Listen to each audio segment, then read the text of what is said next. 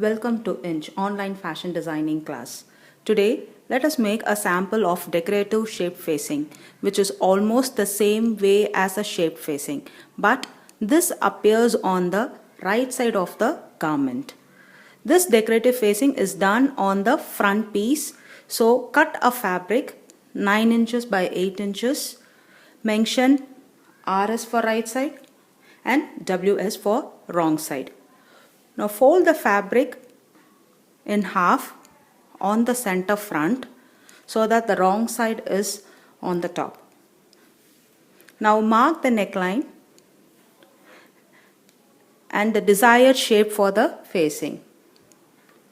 So a particular care should be taken to see that the right and the left halves are symmetrical in design and shape. So this is obtained only by tracing the neckline on the other side. So using a white carbon sheet or an yellow carbon sheet, so this is available in all the stores. So use a yellow carbon or a white carbon to trace the design. Don't use a blue carbon because it will leave stains on the main fabric. So put the carbon under the main fabric and trace the design in a dotted line.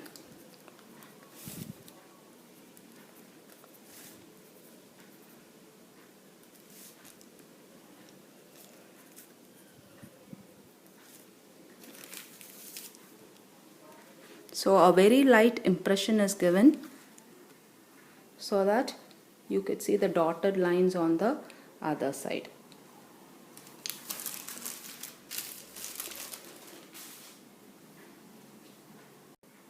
So once the tracing is done, this has to be transferred onto a canvas or buckram. So both canvas and buckram are made from cotton and it is so versatile that it can be used for any shape. Canvas weave is more coarser, slightly rough. Buckram has a smooth hand. So now we are going to use a paper canvas.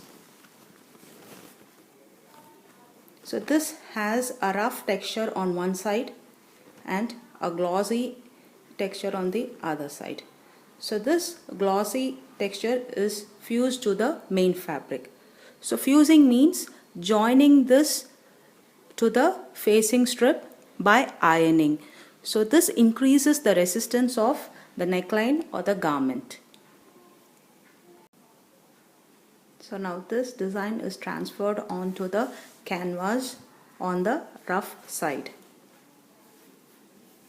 So now we are going to cut along the dotted lines here. So no seam allowance is required for a canvas. So a neckline of the garment is cut only after transferring the design onto a canvas sheet.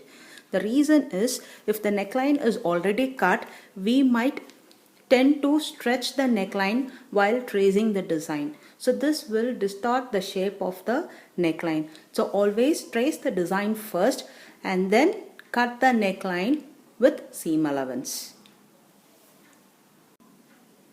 So now this is cut from the canvas sheet.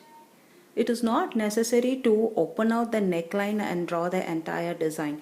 You can have the canvas on fold and just mark one half of the neckline and cut. But then since the inner side of the canvas is slippery and glossy, a care should be taken when you're holding it on fold. So now this piece is ready for fusing.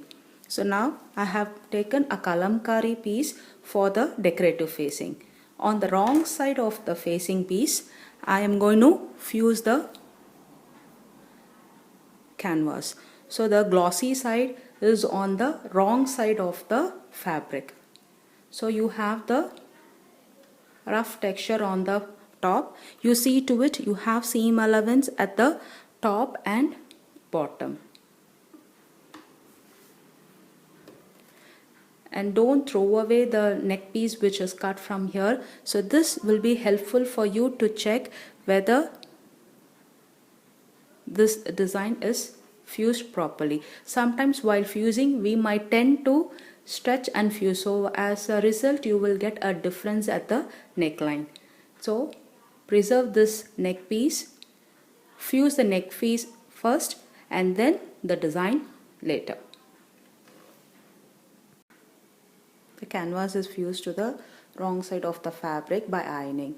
So when ironing, try to take the iron box in one direction. Don't try to take it up and down or zigzag, as the canvas might shrink. And never try to pull out the canvas to check whether it is ironed, because once it comes off, it is very difficult to fuse again. So another facing strip has to be cut. So once this is fused, we don't require this piece anymore. So let us remove this piece and cut the facing to the shape of this strip with seam allowance. After cutting this with the seam allowance, there are two ways to complete the raw edges here. So the first method is you need to cut into the seam allowance, clip into the seam allowance at regular intervals, and especially at the curved areas like this you need to clip and then notch at regular intervals throughout, and then turn the seam allowance to the facing to the canvas piece and iron it. So this is one way of completing the raw edges. The other method is you can take another square piece of fabric, put it right side facing right side, stitch along the outer edge, notch it, turn it inside out. The raw edges are completed by clipping into the seam allowance, folding and ironing. So this is how it looks after ironing. So now this I can either directly put it on the right side of the main fabric, match the necklines and top stitch on the outer edge, and then complete the neck either with a piping or a facing. The other way of doing is take the strip, match it to the wrong side of the main fabric. So have the right side of the decorative piece matching the wrong side of the main fabric. So match the necklines, stitch it with seam allowance here, notch it, turn it inside out and take the strip to the right side. So before doing all this, you can just fold this in half to check whether the design is symmetrical. Check whether it is symmetrical without any difference. So in case you have any differences, make the necessary alterations before you attach this to the main fabric. So now I'm going to match the right side of the kalamkari piece to the wrong side of the main material and complete the neckline along with this, and then turn it to the right side. So the stitching is done at the neckline here. So clip into the seam allowance and turn the piece to the right side. So as I said earlier, never consider seam allowance for a canvas piece. So the stitching is done at the outer edge of the canvas piece always. So if you're going to stitch on the canvas piece, then the turnings would be really difficult. So now turn this piece to the right side.